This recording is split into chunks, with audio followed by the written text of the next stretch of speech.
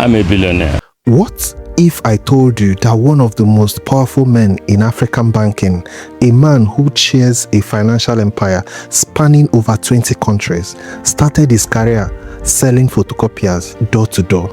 Not managing a bank, selling photocopiers.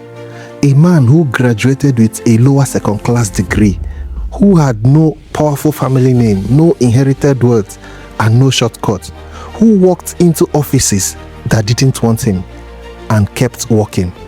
By the age of 27, he ran a bank branch. By 34, he owned a bank.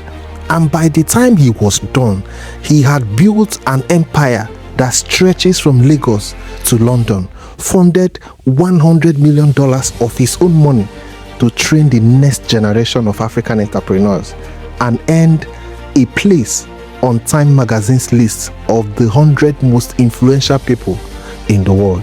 This is the story of Tony Elumelu. Stay with me because this might be the most inspiring story you've heard all year. And it starts where all great stories start, at the bottom. In the global arena, UBA is by far number one African bank, all of Africa. African bank. We're the only African bank that operates in the United States of America with a deposit-taking license, all of US. We have UBA UK, we have UBA in Paris. Anthony Onyemaechi Elumelu was born on March 22nd, 1963 in Jos, Plateau State. Far from the Igbo heartland his family called home. His parents, Susan and Dominic Elumelu, were entrepreneurs themselves, originally from Onitsha-Ukwu in Delta State, Aniocha North region. Tony grew up the middle child among 5 siblings, one of whom, Ndudi Elumelu, would later become a powerful voice in Nigeria's National Assembly. It was, by most accounts, a humble middle-class upbringing, not poverty, not privilege, the kind of childhood that teaches a person to work but gives them no guarantee that the work will pay off. That lesson will define everything that came after. Anthony Elumelu studied economics at Ambrose Allen University, graduating with a Bachelor of Science, a lower second-class degree, not the academic record of a future titan. He went on to earn master's degree in economics from the University of Lagos and later a master's in banking and finance from University of London. On paper, nothing here screams destined for greatness, and that is exactly the point. Tony Elumelu's story is not one of inevitable genius. It is a story of a man who kept choosing to show up again and again until showing up was no longer enough. He has to take a risk. They wanted to liquidate over 22 banks. And some friends again and I felt that it was time to practice what we had foreseen and what we were preparing for. In 1985, fresh out of the university, Elumelu was posted to Union Bank as a core member for his mandatory National Youth Service. It was a brief brush with banking, not yet a career. When his service ended, he didn't walk into a corner office. He became a salesman, specifically a copier salesman. Years later, reflecting on that period, Elumelu would describe himself plainly. He said, and I quote, "I started my career as a salesman, a copier salesman to be specific, young, hungry, and hardworking. But the reality was that I was just one of the thousands of young Nigerian graduates, all eager to succeed." The break came at All States Trust Bank. Elumelu's performance during the hiring process stood out enough that he was given a race shot at banking, and he didn't waste it. Within roughly a year, at just 27 years old, he was promoted to branch manager. It was, by his own accounts, an almost unheard-of leap for someone his age in Nigerian banking at the time. He later credited the man who gave him that chance, His Royal Majesty Ebitemi Banigo, directly. He said, and I quote, "At 27, I was given the opportunity of a lifetime. Branch manager at All States Trust Bank, Nigeria, by His Royal Majesty Ebitimi Banigo.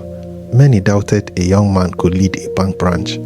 That chance changed the entire course of my life. It gave me confidence, a platform, and perspective, unquote.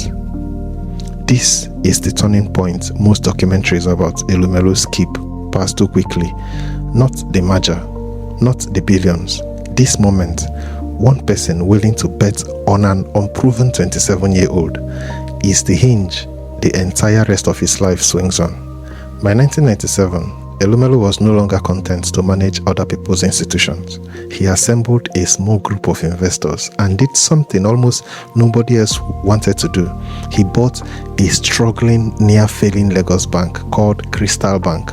It was a risk most bankers would have called reckless.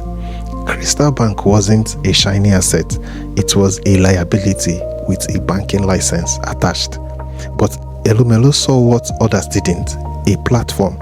He renamed it Standard Trust Bank, and within just a few years, turned it into one of the most profitable, fastest growing banks in Nigeria. He didn't wait for the perfect opportunity. He took the broken one nobody else wanted. He rebuilt it from the inside. I must commend the Central Bank and the NDS at the time, and also the then Finance Minister, Chief Anthony and me. And then we approved them, and that was how the journey started. It was not really a journey of us putting so much cash into the bank. It was more of creativity, ingenuity ideas, saying, what some people call debt equity swap. They say you have depositors are owed by this bank. We want to assume the debt. And so let the depositors be that we are the ones owing them and not the bank. Then, in 2005, Elumelu did something far bigger. He engineered the acquisition and merger of Standard Trust Bank with United Bank for Africa, UBA, a bank roughly twice its size. It remains, to this day, one of the largest banking mergers in the history of sub-Saharan Africa. To prepare for the complexity of running the combined institution, Elumelu had already enrolled in Harvard Business School's Advanced Management Program, sharpening the tools before he needed them. As Group Managing Director of the newly merged UBA, Elumelu didn't stop at Nigeria's borders. He pursued a deliberate, staged strategy, consolidate dominance at home, then expand across the continent. Under his leadership, UBA grew from a single country bank into a Pan-African financial institution with operations spanning roughly 20 African countries, plus subsidiaries in France, the United Kingdom, and the United States. This was the billion-dollar inflection point, not a single headline deal, but a sustained multi-year campaign that turned a rescued, near-bankrupt bank into a continental financial powerhouse, serving millions of customers across Africa. He stepped down as UBA Chief Executive in 2010, having already begun building what to come next.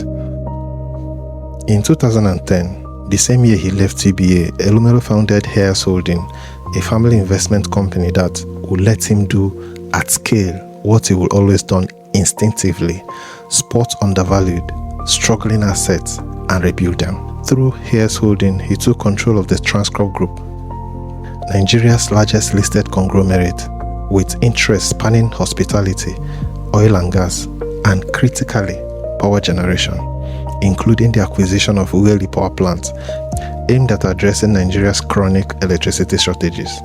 That same year, he also founded the Tony Elumelu Foundation, built around a philosophy he coined himself, Africapitalism, the belief that Africa's private sector, not aid, holds the real key to the continent's long-term prosperity.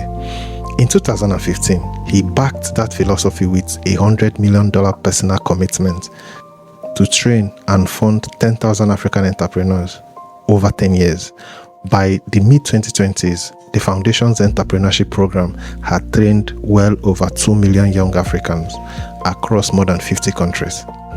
Today, Tony Elumelu chairs Heirs Holdings, Transcorp, and United Bank for Africa, the very institution he once rescued from the brink.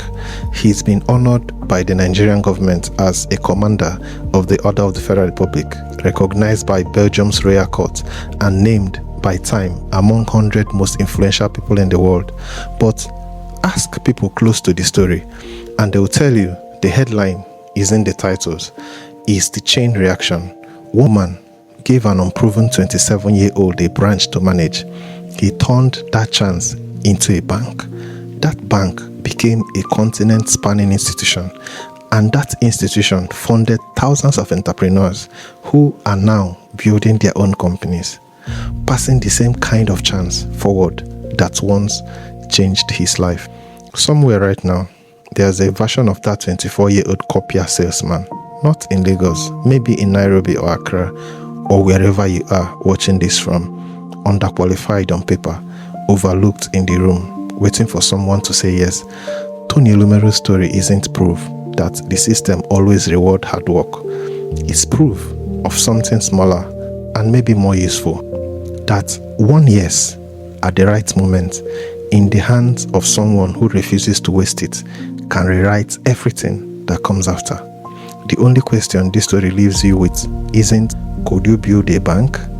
It's simpler than that. What broken thing right in front of you are you willing to bet on when everyone else has already walked away from it? I will see you again.